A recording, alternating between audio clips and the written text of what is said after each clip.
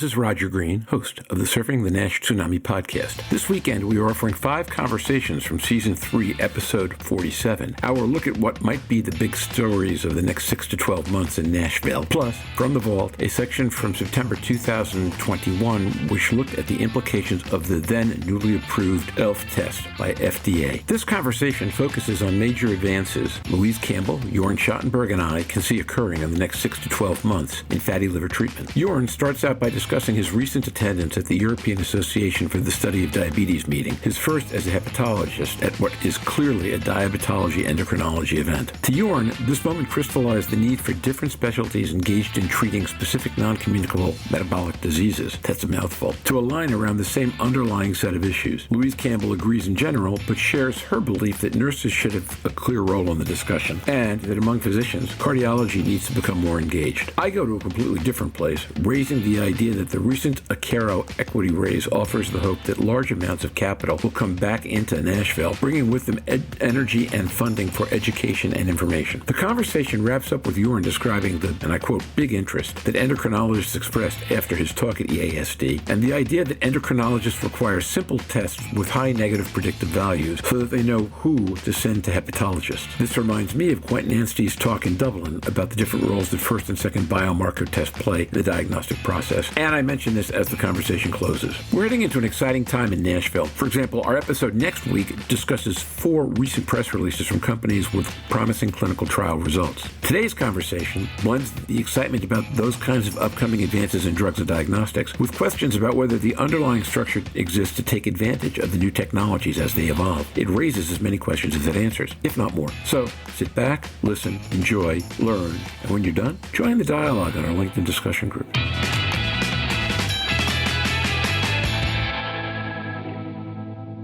For everybody who has not been keeping track, in the last 3 weeks, we've had Paris NASH, then we had the NAFLD Summit in Dublin, and then we had EASD in Stockholm, which Jörn attended and we didn't, and a British Liver Trust meeting, which we did not attend, but maybe grabbing highlights from in some later week. Tomorrow, there's this important meeting with NICE that is a tremendous import to Louise, and all kinds of other stuff going on at once. So today, all we're going to do is we're going to take 4 or 5 topic areas and discuss things that might happen in the next 6 months that are of interest to the community. In 6 months, we will probably come back, look at this episode and figure out how good or bad we are at prognostication. I figure if there's no danger, it's no fun. So that will be our danger as we will grade ourselves 6 months hence. But with that, let's just get started. Jörn Schattenberg. Yeah, to say something on the safe side, Roger, I realized I have 12 weeks to get all my Christmas presents. That's really around the corner now. And I think there's a lot of data coming up to be expected until then. So there's really not a lot of time. Unless you want to view in the professional context those data points as being your prospective Christmas or in my case Hanukkah presents. With that, why don't we move into our second groundbreaker, which is over the next 6 months, one thing each of us can envision happening that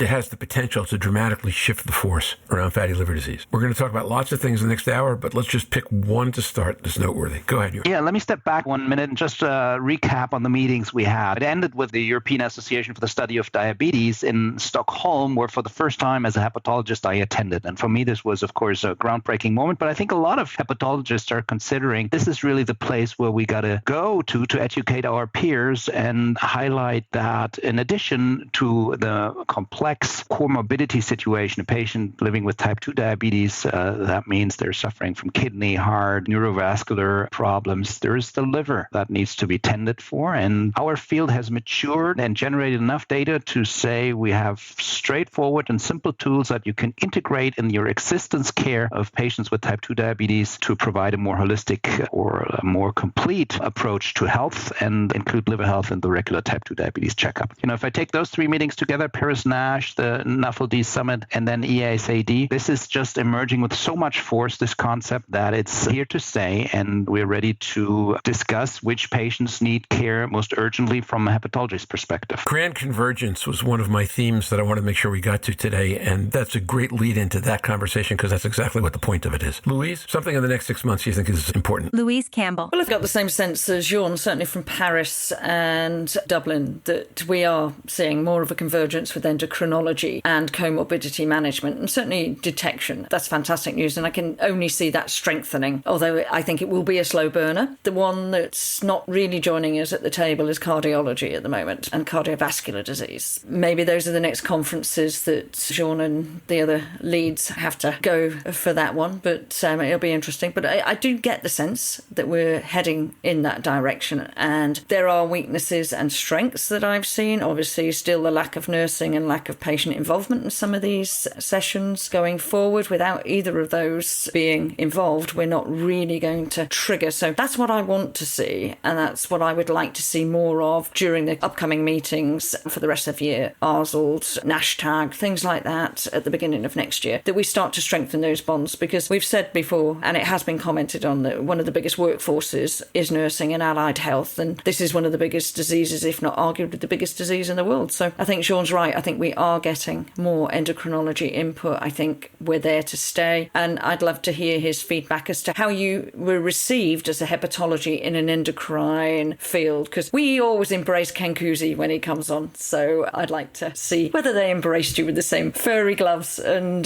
cuddles that we give Ken. So, digression, and then we will come back to that, which is that Scott Isaacs mentioned on the most recent episode of the Diabetes podcast that he has now joined AASLD, which he believed might have made him the second endocrinologist in AASLD after Ken, but now it's a trap. There are at least two of them, and gathering momentum from that direction as well. I want to talk about energy formation using a different definition of energy in a different sense, which is we've all seen the exciting and positive clinical trials that have surfaced in the last 3-4 weeks, and we'll be talking about that on this podcast too. But Akero filed for $230 million in equity to help get through their phase 3 trial and get to market based on their 2B results. If they can get that one done at a reasonable value in an economy that's dicey to tightening in most of the world, I think it will signify that the financial markets are turning back towards some optimism about this drug class. And if they are, and either obeticholic acid or resmetirom then goes on to get approved, as I think most of us expect will happen for at least one, we will have investment from private sector to back up all the energy and all the convergence and the excitement that you two just talked about. And when you've got people having increased passion to do the right thing and the funding to do it, you can build momentum really quickly. Now, that's not measured in weeks, maybe not even in months, more like years, but in years and not decades. So I think this is potentially a really exciting time for all those reasons. Everybody's coming to the same place. With that, Jörn, let's go back to the meetings of the past 3 weeks that we've never talked about together, except a little bit Paris-Nash, the three of us. And what do we think were the most important things that came out of them, besides increasing signs of convergence? Were there specific papers, presentations, concepts that you thought were particularly helpful as we look forward? Roger, I think you discussed some of them already in this podcast, so without being too redundant, I'd like to focus on ESAD again and pick up where Louise left her last question, which is how was this concept that liver disease is part of the multimorbidity management in patients living with type 2 diabetes being received by these peers. And there was a strong interest there because, again, those endocrinologists are used to managing comorbidities, and we give them simple tools. Now, we've discussed all the pitfalls of the FIB4, which doesn't capture all advanced disease cases, but it will identify a relevant subset of patients that do need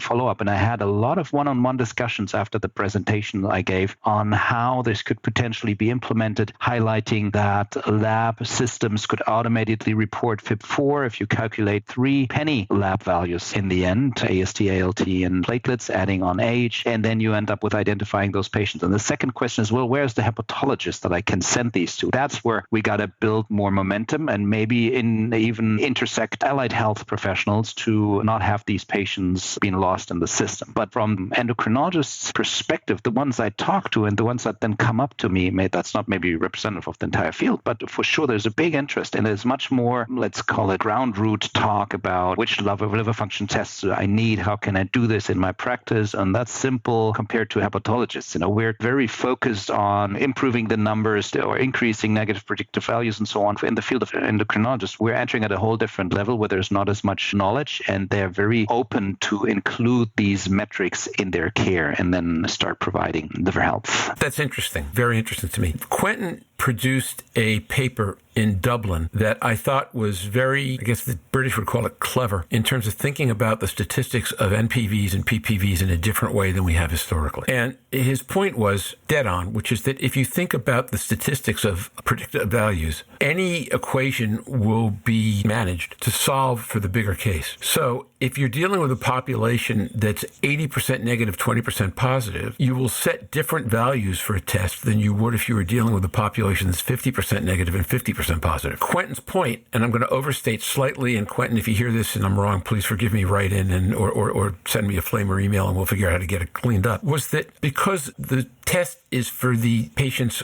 who are at risk of fibrosis, and that's only 10-15% of the population, 20% if you go to diabetics, for example, that any first test, NPV will matter far more than PPV, and you should assign values accordingly. If you wipe out a significant portion of people who are not sick, by the second test, you might be at 50-50, and then PPV will definitely be higher, because whatever test you use, you'll be evaluating a different population. Point being, it makes less sense to worry about what the perfect first or second test is, and to understand the underlying dynamic of the statistics and to use the two tests appropriately. And the reason that matters to me in the context of what you just said is exactly what you just said, which is endos simply want to know what to do first. And a bunch of tests might be good enough for what to do first, although FIB4 is the one that's dirt cheap and becoming most readily accepted. But for a second test, that gets into the hands of hepatologists who might focus more on what the best option is. But also now we're looking for an option that we're measuring based on its ability to get PPV high as compared to merely get NPV high. There's a logic in terms of how to use tests that will flow with what happens on a clinical care pathway. And I thought Quentin's paper pointed that up nicely. And I'm hoping that people are going to look a lot more at that going forward. And now, back to Roger.